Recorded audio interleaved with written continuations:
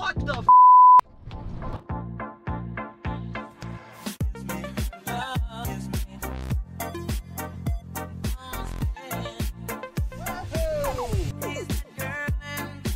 All right, so today is going to be a shocker for a lot of you, but I'm not as biased as you guys think. I mean, I am a big GM guy. It's primarily what I buy, collect, sell, but I do buy other brands from time to time. Your boy Big Al just bought a Toyota, and it's not the first time. It probably won't be the last, but I don't buy them that often because of the Toyota tax.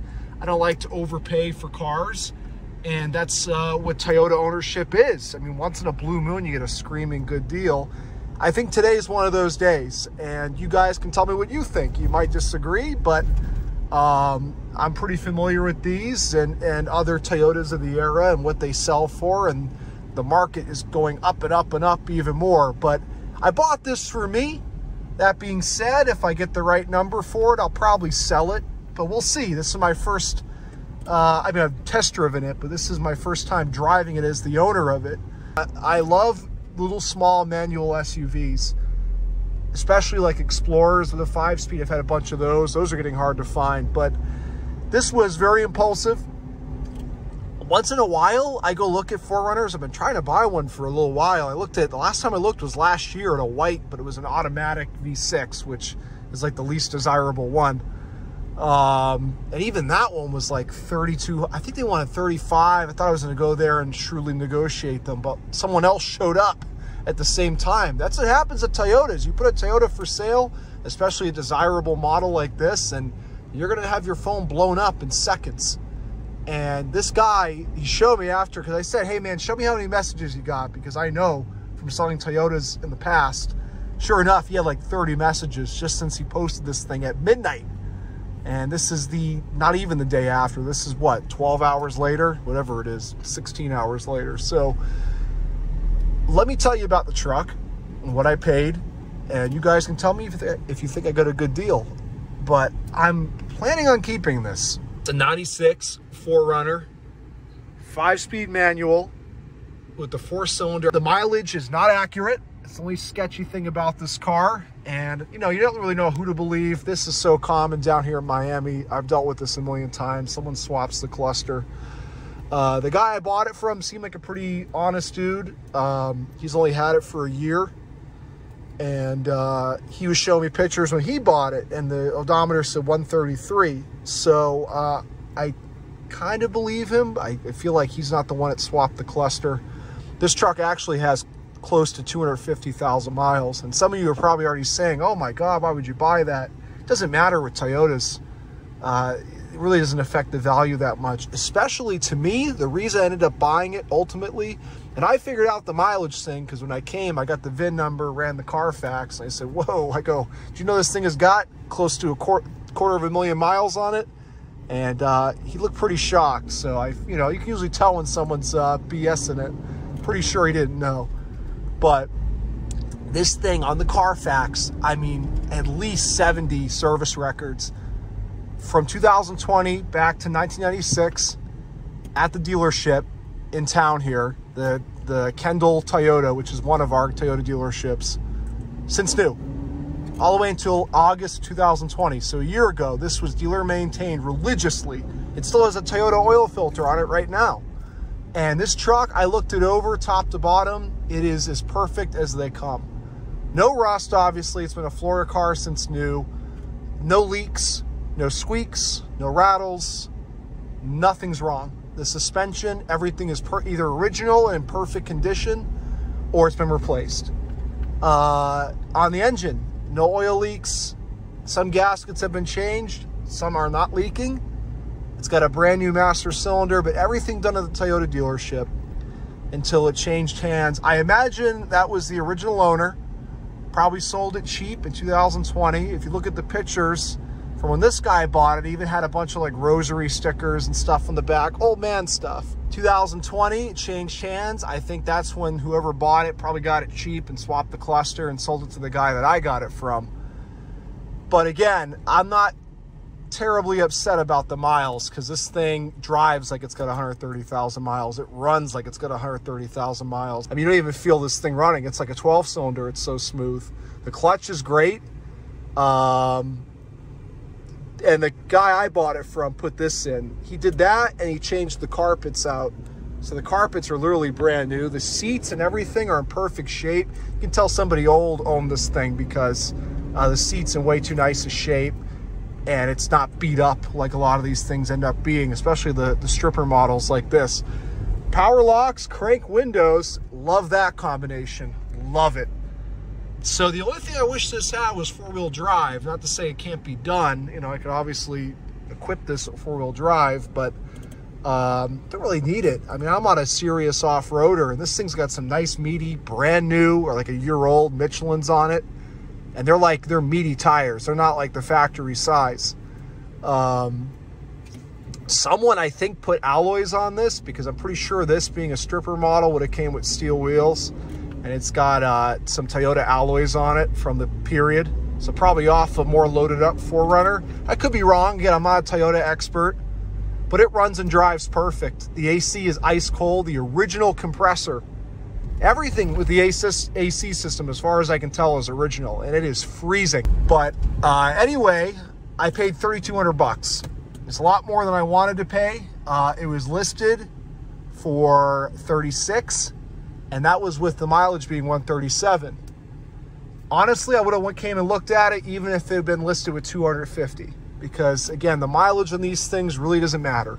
The Toyota guys are gonna vouch for that. People will pay big money for these 4Runners even if they have 400,000 miles on them, as long as they're maintained like this one was and they're in good cosmetic condition. Just in super nice shape. Even look at the center console, only a little crack right there. It's not all worn out from someone's heavy arm like mine. The door panel, you know, no wear. Did I overpay? I don't think so. Manual 4Runners of this era in good condition bring at least $5 grand, at least. That's the deal. This is the longest I've driven it, and no surprise to me, it's doing perfect. No issues at all.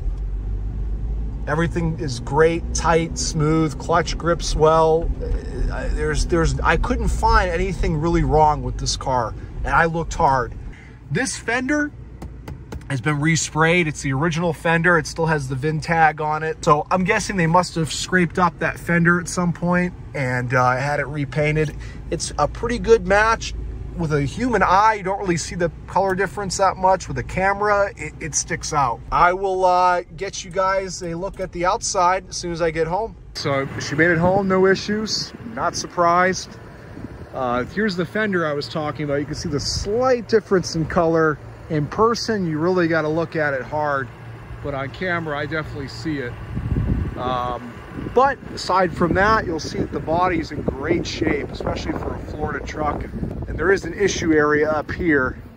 I was saying a couple cosmetic things, but this is very minor. I mean, I could spray that at home and take care of that. Probably a little bit of sun damage, but look at the body otherwise. That's what I'm saying. No dents. Straight, straight, straight. Bumper, got a couple of grandpa dents on it, which I'm not terribly worried about that. There's enough of these in the junkyard. I can get a nice straight bumper, I'm sure. This bumper, I think, has been painted. It looks like it, at least, which they look bad when they get older. I remember my buddy had that issue with his, so wouldn't surprise me that somebody painted that, but it looks good. Look at these tires, huh? You got probably $1,300 of rubber right here. Brand new. Look at them. Brand new. Let's look at the little nipples on them. And these are BF Goodrich. We're not talking about some Chinese tires. They're quiet, they're smooth. This doesn't ride. Well, I guess big tires like this should make it ride smooth, because it does. I was gonna say it doesn't ride like a big lifted Jeep or something. It's smooth. Nice straight body. Even the tailgate and the window works. I tested that. The rear electric window. Yeah, same thing here. So we've got some minor paint fading. That might be a tape line there even. It might have had some paint work done at some point, because that doesn't look like factory orange peel up on the roof. But very presentable. I didn't even notice this side, to be honest, but you can see it now. See right there? Not a big deal. Not a big deal at all. Same deal over here on the passenger side. Nice straight body. You can see the fender matches on this side perfectly. So, and again, the tires all around. Big, meaty BF Goodrich tires. Basically brand new. Look at how clean. Look at the seats. I don't think anybody's ever even sat in these before. And these 90s Toyotas interiors, they hold up very well, even to abuse. But, I mean, there's no stains. There's no anything. And the carpet, I told you the kid had it replaced, he said. I guess it looks, the fibers look nice and fresh on it. It sure feels new. So all new carpet, according to the guy I bought it from. Those manual windows, man, never have to worry about those. Door panels in great shape.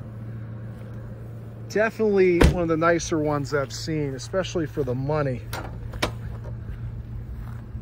Open the rear hatch, no issues with the struts back here. Same deal here with the rear carpet. Definitely get a mat for the rear to keep it that way. Nice simple truck. That's why people like these things. They're just simple and honest little SUVs. Nothing crazy about them. And listen to the way that shuts. It's just solid. Take you up front. She idles nice and cool. No worries about overheating. Had the thermostat replaced. Saw that in the Carfax. Radiator as well. So again, it's been maintained. Whatever it's needed, it's gotten it. Power locks. And you can see, like I was saying, rear window goes down. Used to see these back in the early 2000s with a surfboard sticking out the back or something. That works great. It's the only power window I have to worry about, fortunately. The headliner's in good shape, you know.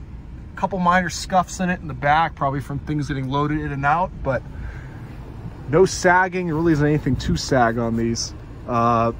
Everything, it's just a well-maintained truck. It also has, let me see, I hope he gave me the, yeah, here are the extra keys. Oh, beautiful.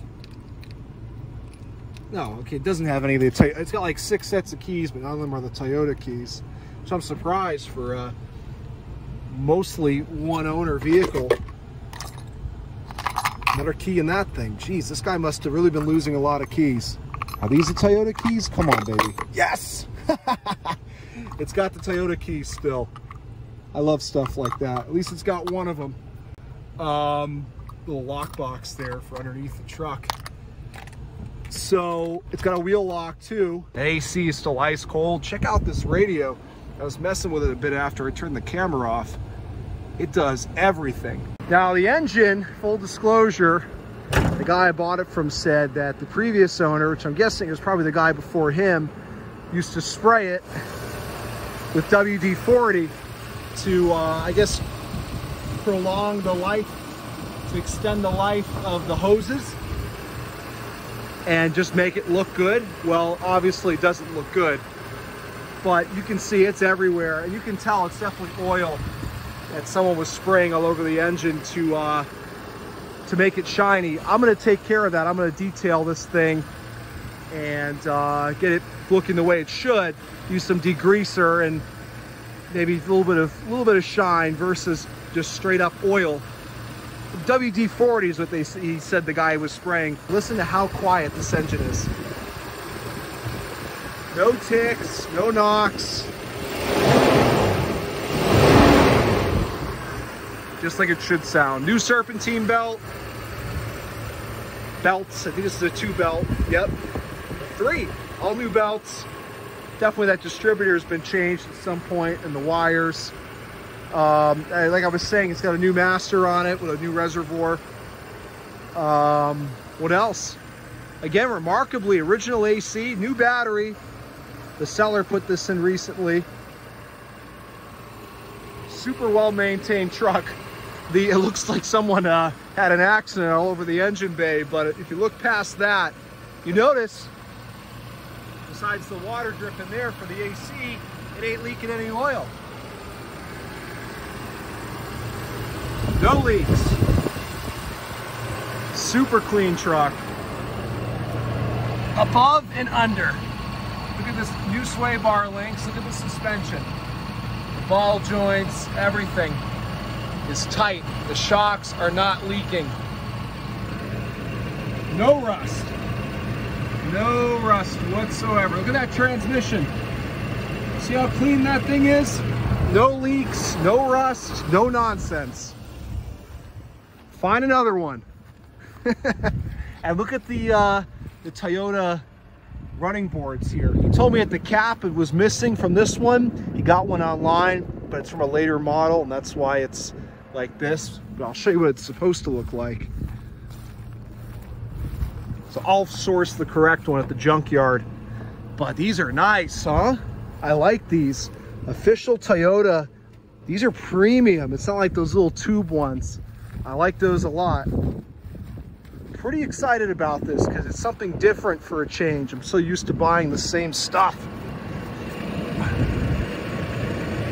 Look at the transmission. No leaks. That's just water from the AC. No leaks, no drips, no nonsense. Look at this thing. Look at the frame. Which again, it's been a Florida truck since it was new. No exhaust leaks, no nonsense. It's got a new O2 sensor too, you can see that. So whatever it's needed, and again, these never really need much, but whatever it's needed, it's been done. And it's definitely a really nice 15-footer in the sense that, you know, it has some imperfections, not many, and they're not that bad, but from 15 feet away, this thing looks showroom new. Just can't wait to clean that engine. So you can see the new radiator.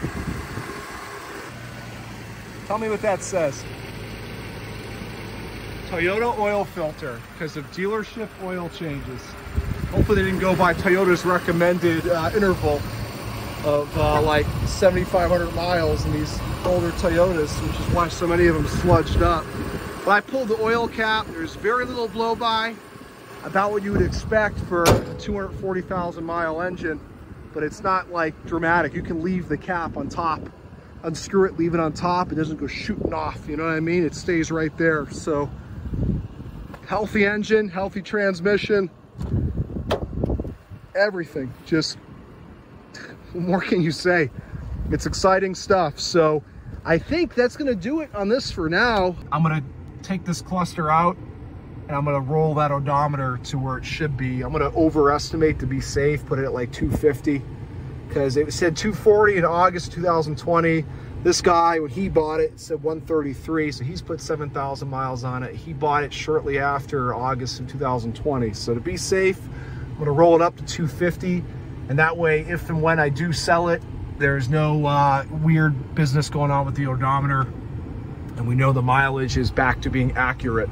So that's gonna do it, guys. Thanks for watching, and keep an eye out for the next one. Let me know what you think. 3,200 bucks, good deal for a essentially flawless 4Runner, or am I just buying with my emotions at this point because I love old cars? I don't know, but I think I did pretty good on this one.